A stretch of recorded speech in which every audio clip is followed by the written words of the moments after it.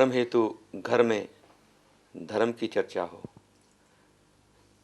इसलिए आज हम इस भारतवर्ष की पुण्य भूमि पर नोएडा में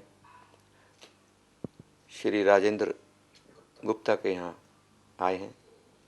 हमारे बड़े प्रेमी हैं, बड़े समय से, और धार्मिक परिवार है। तो आइए आज हम डाइनिंग टेबल से ही ये धर्म की चर्चा शुरू करते हैं। हाँ बेटी महक,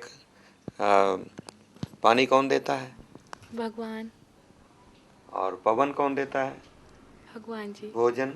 भगवान जी। तो बेटा अगर ऐसी बात है तो भोजन करने से पहले हमें क्या करना चाहिए? उनकी पूजा करनी चाहिए, प्रार्थना करनी चाहिए। तो भोजन के समय प्रार्थना हम करते हैं। ये संदेश सबको पहुंचना चाहिए, क्योंकि भोजन करना पाप नहीं है, लेकिन भगवान को भूलकर, धन्यवाद ना देकर भोजन करना वो पाप कहा जा सकता है। भोजन का स्वाद लीजिए, लेकिन स्वाद लेते समय भगवान को भूल जाना, केवल इंद्रियों का ही स्वाद लेना, फिर वो धर्म की हानि हो जाती है। प्रभु की स्मृति बनी रहे, कोई भी हम काम करें। तो भोजन करते समय आइए एक प्रार्थना करते हैं। अन्न पते ये अन्न है, तेरा दान महान, करते हैं उपभोग हम, परम अनुग्रह मान। एक बार फिर, अन्न पते ये अन्न है, तेरा दान महान, करते हैं उपभोग हम, परम अनुग्रह मान। अन्न पते दे अन्न शुभ, देव दयालु उदार, पाकर तुष्टि सुपुष्टि को करें कर्म हितकार। अन्न पते दे अन्न शुभ, देव दयालु उदार, पाकर तुष्टि सुपुष्टि को करें कर्म हितकार। तो ऐसी प्रार्थना हमारी स्वीकृत हो जाए। अब हम भोजन करते हैं, उसके पास भोजन के बाद जो प्रार्थना हम वो करेंगे। अभी भोजन समय हमने प्रार्थना की थी, अन्न पते दे अन्न शुभ, और गुप्ता जी कहते हैं यहाँ शुद्ध कमाई का ही अन्न खाया जाता है। ऐसे घर में आकर हमें बड़ी प्रसन्नता होती है, क्योंकि कलयुग में सबसे बड़ी पवित्रता ही यही है कि आपका अन्न शुद्ध हो, जैसा अन्न वैसा मन, और अन्न सात्विक हो, शाकाहारी हो, और खाकर के हम परहित का कार्य करें। ऐसी प्रार्थना हमने की। अब भोजन अनंतर भी एक प्रार्थना स्वामी जी महाराज ने हमें दी है, सत्यानंद जी महाराज ने, हम उसका गान करते हैं। आप दर्शकगण सभी इसको नोट कीजिए और भोजन अनंतर ये प्रार्थना अवश्य करें। आइए गाएं। धन्यवाद तेरा प्रभु, तू दाता सुख भोग, सारे स्वादु भोज का रस में मधुर सुयोग। विविध व्यंजन भोज सब तू देवे हरि आप, खान पान आमोद सब तेरा ही सुप्रताप। एक बार फिर, धन्यवाद तेरा प्रभु, तू दाता सुख भोग, सारे स्वादु भोज का रस में मधुर सुयोग। विविध व्यंजन भोज सब तू देवे हरि आप, खान पान आमोद सब तेरा ही सुप्रताप। तो घर में धर्म की चर्चा हम घर घर इसलिए जाते हैं ताकि घर वालों के जो शंकाएं हैं उनका समाधान हो, जिज्ञासाएं हैं उनकी तृप्त हो। तो राजेंद्र गुप्ता जी यहाँ मेरे पास हैं, जिनके यहाँ हम आए हैं, प्रश्न करेंगे। गुप्ता जी। सारे लोग भगवान की पूजा करते हैं, लेकिन सही अर्थ में भगवान क्या है इसका शायद सबको ज्ञान नहीं। इस पे कुछ बताइए। भगवान को सच्चिदानंद कहा है। यदि भगवान राम का ही मैं उपदेश आपको कहूँ, उन्होंने कहा कि इस लोक का ईश जो है वो सत्य है, सत्य ही भगवान है। सबके भीतर जो प्रकाश है सत्य का, वो भगवान है। सच्चिदानंद उसको कहा है। सत्य मतलब एग्जिस्टेंस, ही एग्जिस्ट एवरीवेयर, जिसकी कभी कहीं कमी नहीं होती है। चित्त मतलब ज्ञान स्वरूप है। He knows everything about everyone, he is सर्वज्ञ, all knowing, powerful God, and he is आनंद स्वरूप। भगवान कभी दुखी नहीं होता है। हाँ, जब वो अवतार लेता है लीला के रूप में हमें लगता है कि दुखी है, लेकिन उसका स्वरूप सच्चिदानंद है, कभी दुखी नहीं होता। परमात्मा सबका जो माता पिता है, सबका आधार है और सबकी जो रक्षा करता है, सबका प्रतिपालक है, जो पानी देता है, पवन देता है, अन्न देता है, ये सभी भगवान के गुण हैं। तो राम का ऐसा क्या संदेश है या क्या ऐसी उनके कोई उपदेश है कि जो आदमी को जीवन व्यतीत करने के लिए सक्षम हो?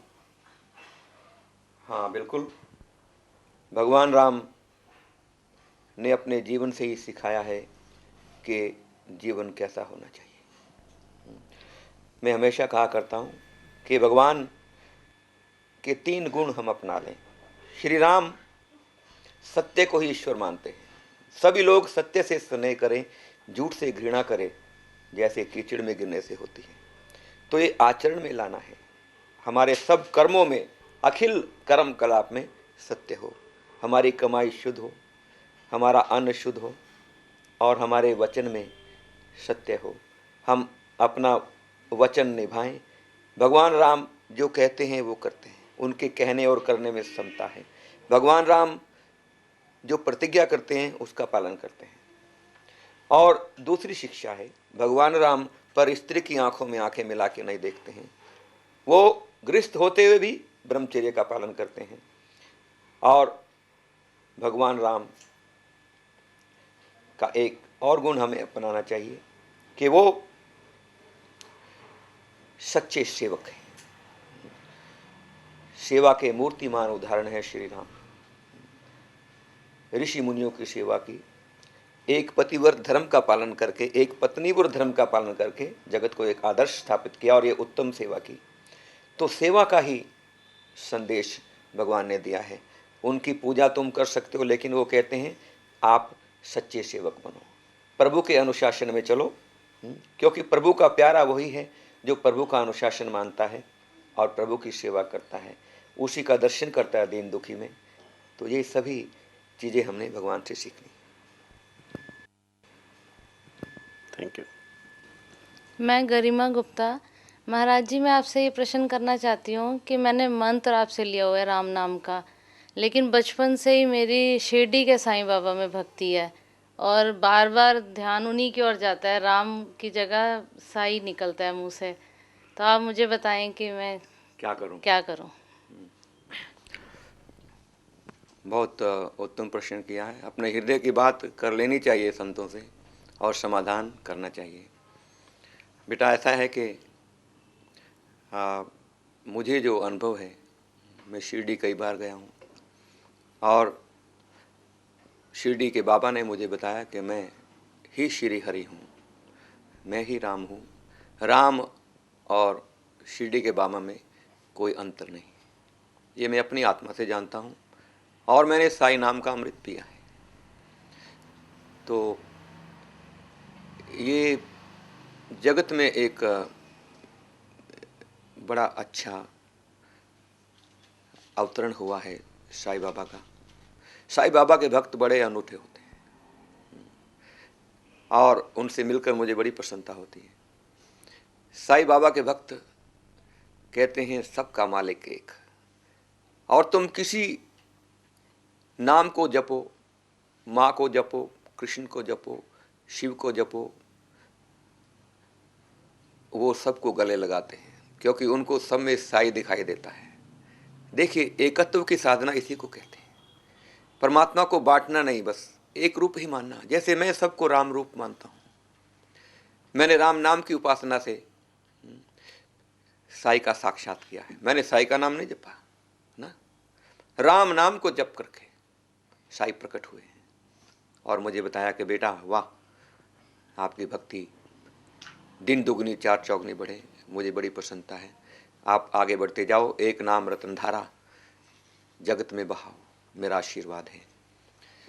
तो बेटी ऐसा है कि आप साई को इष्ट माने, क्योंकि राम और साई में कोई अंतर नहीं है। मेरा आशीर्वाद इसमें आपके साथ है। साई का ध्यान करें। लेकिन शब्द साई नहीं है, साई है। अंग्रेजी में कहूँ तो SAI, साई, साई नहीं। तो शुद्ध उच्चारण सीखो। और सर्वश्रेष्ठ पूजा है साई साई साई साई साई साई साई साई साई साई, सांस में जपना।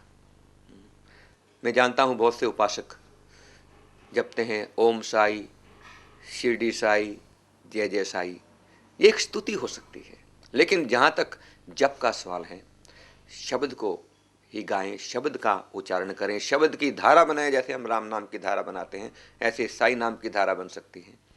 और साई राम भी आप जप सकते हैं, साई राम साई राम साई राम। सांस सांस में इसको जपिए और आपको अखंड परमात्मा का अनुभव होगा, इसमें कोई आपत्ति नहीं है। ठीक है बेटा? महाराज जी, आपको कभी शिरडी के साईं बाबा के कभी अनुभव भी कुछ हुआ है? हाँ बेटा, ये जो मैंने बात की अनुभव की ही बात की है। साई सदा मेरे साथ हैं और राम भक्ति उज्जवल होती जा रही है, क्योंकि साई ने कृपा की है। फिर भी मैं अनन्य भक्त हूँ राम जी का, और साई का आशीर्वाद है और राम नाम की धारा को गाता हूँ। लेकिन साई का प्रेमी मिलता है तो मैं उसको गले लगाता हूँ, और जहाँ तक हो सके प्रभु का आशीर्वाद उसको देता हूँ। तो निश्चित रूप से मैं शिरडी गया तो वहाँ पर एक मंत्र मेरे भीतर गूंजा, सत्यम ज्ञानम अनंतम ब्रह्म। मतलब भगवान सत्य स्वरूप, ज्ञान स्वरूप और अनंत है वो, जिसका कोई पारावार नहीं पा सकता है। तो ये ब्रह्म का अवतार जो शिरडी में हुआ, उसी की तरफ हमारा संकेत है इस सूत्र के द्वारा, सत्यम ज्ञानम अनंतम ब्रह्म। तो साई के भक्तों, मैं आपको ये उत्तम संदेश देना चाहता हूँ कि आप आगे बढ़ते जाइए। साई भक्ति आपको परमात्मा का ज्ञान कराएगी और आप आत्मा में लीन होंगे। मैं खुशबू गुप्ता। महाराज जी, मैं आपसे एक प्रश्न करना चाहती हूँ। क्या बेटा? कि अगर मैं घर में पूजा करूँ और मंदिर ना जा सकूँ तो उसमें कोई फ़र्क है? वाह, देखो छोटी सी बच्ची कितना उत्तम प्रश्न कर रही है। ये पता लगता है कि घर में धर्म की चर्चा यहाँ होती ही है, माता पिता करते ही हैं। बेटा, मंदिर तो भगवान का अपने भीतर है, जिसको हम घट मंदिर कहते हैं। यहीं भगवान बैठा है, यहीं उसकी पूजा होनी चाहिए, यहीं हम उसको नमस्कार करें। बाहर के मंदिर तो केवल प्रतीक है। तो तुम जहाँ भी हो वहीं भगवान का मंदिर है। घर में बैठकर प्रभु का पूजन करो, और सर्वश्रेष्ठ पूजा है प्रभु का नाम स्मरण करना, आंखें बंद करके। कोई भी नाम जो आपको प्रिय हो, लेकिन एक ही नाम जपो, क्योंकि परमात्मा एक है। राम राम राम राम राम राम राम राम, ऐसे प्रभु को अपनी बात कहो, अपना हृदय खोलो। प्रभु से कुछ मांग भी सकते हो, क्योंकि प्रभु तुम्हारा है, हमारा सबका माता पिता वो है। हमारी हर एक प्रार्थना का वो सुनता है और प्रार्थना का उत्तर भी देता है। हम सुन ना पाएँ तो हमारी कमी है। तो बेटा, हाँ, घर में बैठकर खूब किया करो पूजा, कोई आपत्ति नहीं। महाराज जी, मैं संजय अरोड़ा आपसे ये प्रश्न करना चाहता हूँ कि अगर आदमी सच्चाई और सत्कर्म के मार्ग पर चलता है तो उसे भगवान की पूजा करने से क्या प्राप्त होता है और क्या नहीं प्राप्त होगा? संजय जी,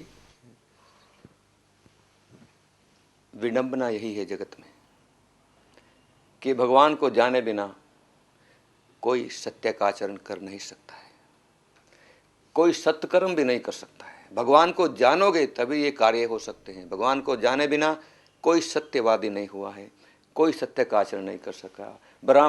भगवान को जाने बिना कोई ब्रह्मचर्य का पालन नहीं कर सका, और ब्रह्मचर्य सबसे बड़ा तप है, उसके बिना व्यक्ति झूठा ही है। तो भगवान की पूजा करके ही व्यक्ति सत्य के आचरण के योग्य होता है, सेवा के योग्य होता है, और प्रभु की भक्ति का अधिकारी बनता है।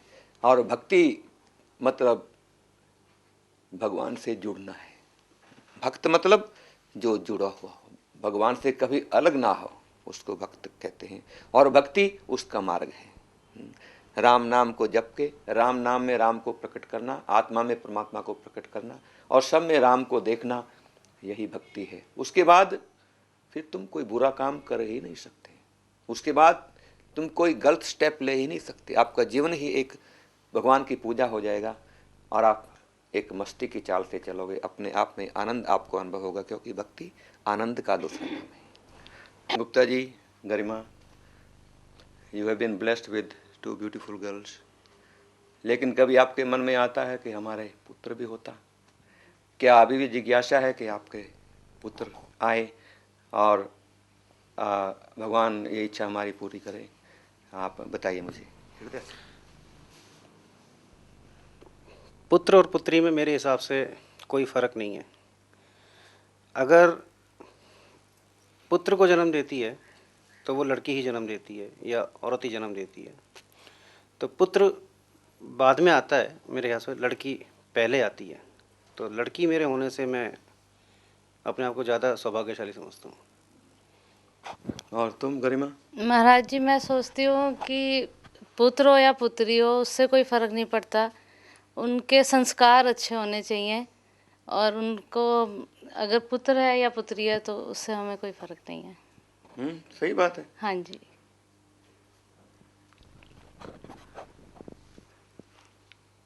May be this is a unique family, लेकिन जो मैं देखता हूँ, जो मेरा अनुभव कहता है कि लोग चाहते हैं कि पुत्र हो, और कई परिवारों में तो भ्रूण हत्या होती है, जिसको सुनकर बहुत दुख होता है कि लोग पुत्र चाहते हैं और पुत्री को केवल एक अभिशाप मानते हैं कि ये क्यों आई। कई कई जगह तो बहुओं को बहुत तंग किया जाता है कि ये क्या हमारे घर बहू आ गई, केवल लड़कियां ही देती हैं। लेकिन लड़का हो या लड़की, ये भगवान का आशीर्वाद होता है, ये भगवान की धरोहर है, इसको आप स्वीकार करना। कभी तिरस्कार किसी बच्चे का ना हो, क्योंकि वो भगवान का तिरस्कार माना जाता है और आप पाप के भागीदार बन जाओगे। पुकारा था मुझे एक लड़की ने, माता के गर्भ से पुकारा, मानो भारतवर्ष की आत्मा बनकर पुकारा कि महाराज जी मेरी रक्षा करो। गर्भ में एक बालिका मुझे कहती, क्या हुआ तुम्हें बेटी? महाराज जी मेरे माता पिता कल ही हॉस्पिटल जाएंगे और गर्भ का परीक्षण कराएंगे और पाएंगे मैं लड़की हूँ और मेरी हत्या कर डालेंगे डॉक्टर से कहलवा कर।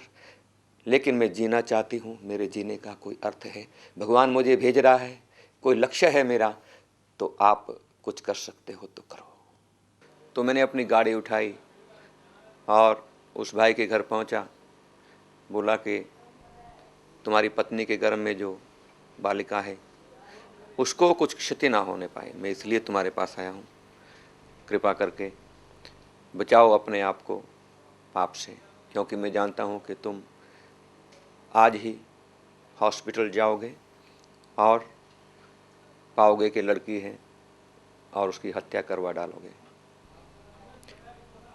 तो उस व्यक्ति के नीचे से जैसे ज़मीन सरक गई, ऐसा उसको कुछ लगा कि ऐसा है क्या, हमारी तो आशा थी कि बच्चा होगा, लड़का होगा। मैंने कहा नहीं, लड़की है। तो बोला कि हम विचार करेंगे। तो वो गया हॉस्पिटल में और पाया कि लड़की है। तो मेरे कहने से रुका और मेरे पास टेलीफोन आई कि हाँ महाराज जी हम लड़की को रखेंगे, आपने जैसा कहा है। तो आज वो बच्ची जिसका नाम दिव्या है अपने जीवन को सुंदरता से जी रही है, उसके जीवन का लक्ष्य है, वो बड़े ऊंचे काम करेगी, मैं जानता हूँ। तो माता पिता इस देश के, आप थोड़ा होश में आना और भगवान लड़का दे या लड़की, उसको बड़े प्रेम से संभालना, उसका पालन पोषण करना। भगवान की धरोहर है, उसको भगवान का भक्त बनाना, क्योंकि आजकल तो आप देखते हैं पुत्र दुख देते हैं और पुत्री सुख देती है। महाराज जी मैं महक गुप्ता हूँ, कक्षा 10वीं में। हाँ मैं आज आपसे ये पूछना चाहती हूँ कि मनुष्य जीवन का लक्ष्य क्या है? वाह, बहुत सुंदर प्रश्न किया है। मनुष्य का अर्थ है मनु की संतान। और जो मनु ने हमें धर्म दर्शाया है उसका पालन करना और जीवन को सफल बनाना, यही मनुष्य जन्म का लक्ष्य है। व्यक्ति मानव धर्म का पालन करे जो सनातन धर्म है। परमात्मा की प्राप्ति करना, परमात्मा को प्रकट करना अपने आत्मा में, उसको जानना, उससे प्रेम करना, उससे आशीर्वाद लेना और फिर सब में परमात्मा को देखना, यही जीवन का लक्ष्य है। आस्तिक भाव जगे हमारे भीतर और शुभ और मंगल का संचार हो जाए, है बेटा, ये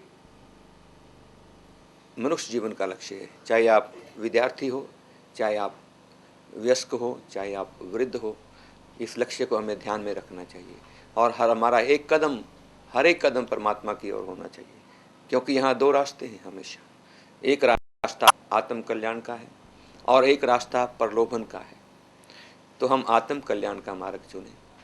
तभी आवश्यकता है कि हर घर में संत का आशीर्वाद हो, सच्चे संत का आगमन हो, सच्चे संत का मार्गदर्शन हो, जिससे हम पथभ्रष्ट ना हो, हम परमात्मा के मार्ग पर चलें, परमात्मा की ज्योत को जगाएं। और इसको हमेशा याद रखना बेटा, तुम्हारा स्टूडेंट की लाइफ चल रही है, आप विद्यार्थी हो, तो विद्या जरूर अर्जन करो जो तुम्हें सिखाया जाता है, लेकिन एक आत्म विद्या भी है। तो दोनों विद्याएं मिलेंगी तभी हमारा जीवन पूर्ण बनेगा। हमने अपने आप को जानना है कि हम परमात्मा की संतान हैं, परमात्मा हमारे भीतर है, हमारे हृदय में है। उसको पहचानना, उसको जानना, उसका आशीर्वाद प्राप्त करना, यही जीवन का लक्ष्य है। ठीक है बेटा। ये आस्था चैनल का एक कार्यक्रम जब हम शूट करते हैं तो आसपास के लोग भी इकट्ठे हो जाते हैं, उनकी भी जिज्ञासाएं होती हैं और मैं इसका अनुमोदन करता हूँ। तो आज यहाँ कई अन्य भक्तजन भी हैं। एक हमारी बिटिया है सुनीता जो अच्छा भजन गाती है, इनके मन में भी एक जिज्ञासा है बेटा, पूछो। महाराज जी, मैं ये पूछना चाहती हूँ कि ये जो जाप माला है, इसको उंगली को इसके साथ टच क्यों नहीं करना चाहिए? कौन सी उंगली को? ये नंबर 1 नंबर। हाँ, ये क्यों नहीं टच करनी चाहिए, मतलब क्या कारण है इसका, ये आप बताइए प्लीज। हमारे गुरुवर प्रेमनाथ जी महाराज ये इस वहम में पढ़ते नहीं थे, उनके हाथ में माला होती थी और ये ऐसी ऐसी करते चले जाते थे, राम राम राम राम राम राम राम राम राम राम राम, मतलब इस उंगली का प्रयोग करते थे। ऐसे ही स्वामी सत्यानंद जी महाराज ने कभी भी ये नहीं कहा कि इस उंगली का प्रयोग नहीं करना या किसका करना है।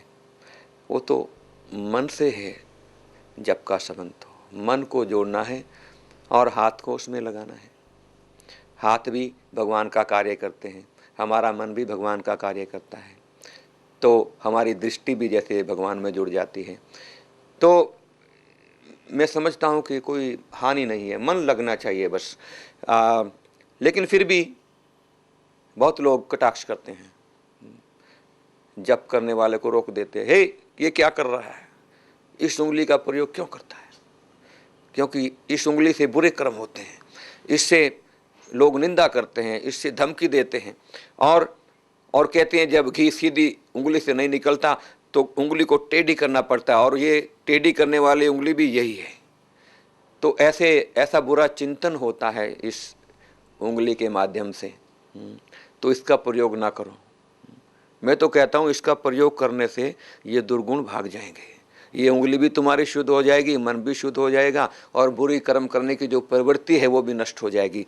तो कोई हानि नहीं है, इसका प्रयोग कीजिए, अधिकतम विचार करना ही नहीं है। और यूँ भी आत्मा शरीर के हर एक अंग में है, इसमें भी आत्मा है, हर एक अंग में प्रत्यंग में श्वास है और जहाँ श्वास है वहाँ आत्मा है। तो कोई अपवित्रता का प्रश्न नहीं है, भगवान का नाम सब पवित्र करता है। राम नाम जो जन मन लावे उसमें शुभ सभी बस जावें। और ये भी कहते हैं कि लोग जप करके जब यहाँ आओ तो उसको फिर इसकी दिशा बदल दो, हाँ नहीं तो क्या हो जाएगा, पाप हो जाएगा क्या? मैं पूछ रहा हूँ आपसे। नहीं, ऐसी कोई बात नहीं। जो भजन करने वाले हैं वो इन बातों का ख्याल नहीं रखते। मन लगाना है, 1000 की भी माला होती है, 1000 मन को की, जपते चलते जाइए। और फिर बदलने का किसको एहसास रहता है? जब मन लग गया तो ये हाथ भी रुक जाता है, फिर तो बस मन ही परमात्मा के नाम के आनंद में मगन हो जाता है। तो इन चीज़ों की तरफ ध्यान ना देते हुए अपने मन को, अपनी वाणी को परमात्मा के नाम में जोड़िए, सब शुभ और मंगल होगा। जय श्री राम। महाराज जी आप वो भजन सुनाएंगे, शिव शिव कहो या साई? हाँ बिल्कुल, बहुत सुंदर भजन। शिव शिव कहो या साई, कृष्ण कहो या माई, शिव शिव कहो या साई, कृष्ण कहो। राम नाम में सब है रमते, पूर्ण रूप समाई, राम राम राम राम राम राम राम राम राम राम राम राम राम राम। विष्णु सहस्र नाम जपने की, विष्णु सहस्र नाम जपने थी गौरी ने ठानी, थी गौरी ने ठानी। शिव जी बोले सुनो मम प्रिय, शिव जी बोले सुनो मम प्रिय, करो नहीं मनमानी, करो नहीं मनमानी। राम नाम ओ सहस्र नाम तुल्य है प्यारा, सहस्र नाम तुल्य है प्यारा। राम नाम सुख खानी, राम नाम सुख खानी। मैं भी राम नाम में रमता, इष्ट मेरा रघुराई। राम राम राम राम राम राम राम राम राम राम राम राम राम राम राम।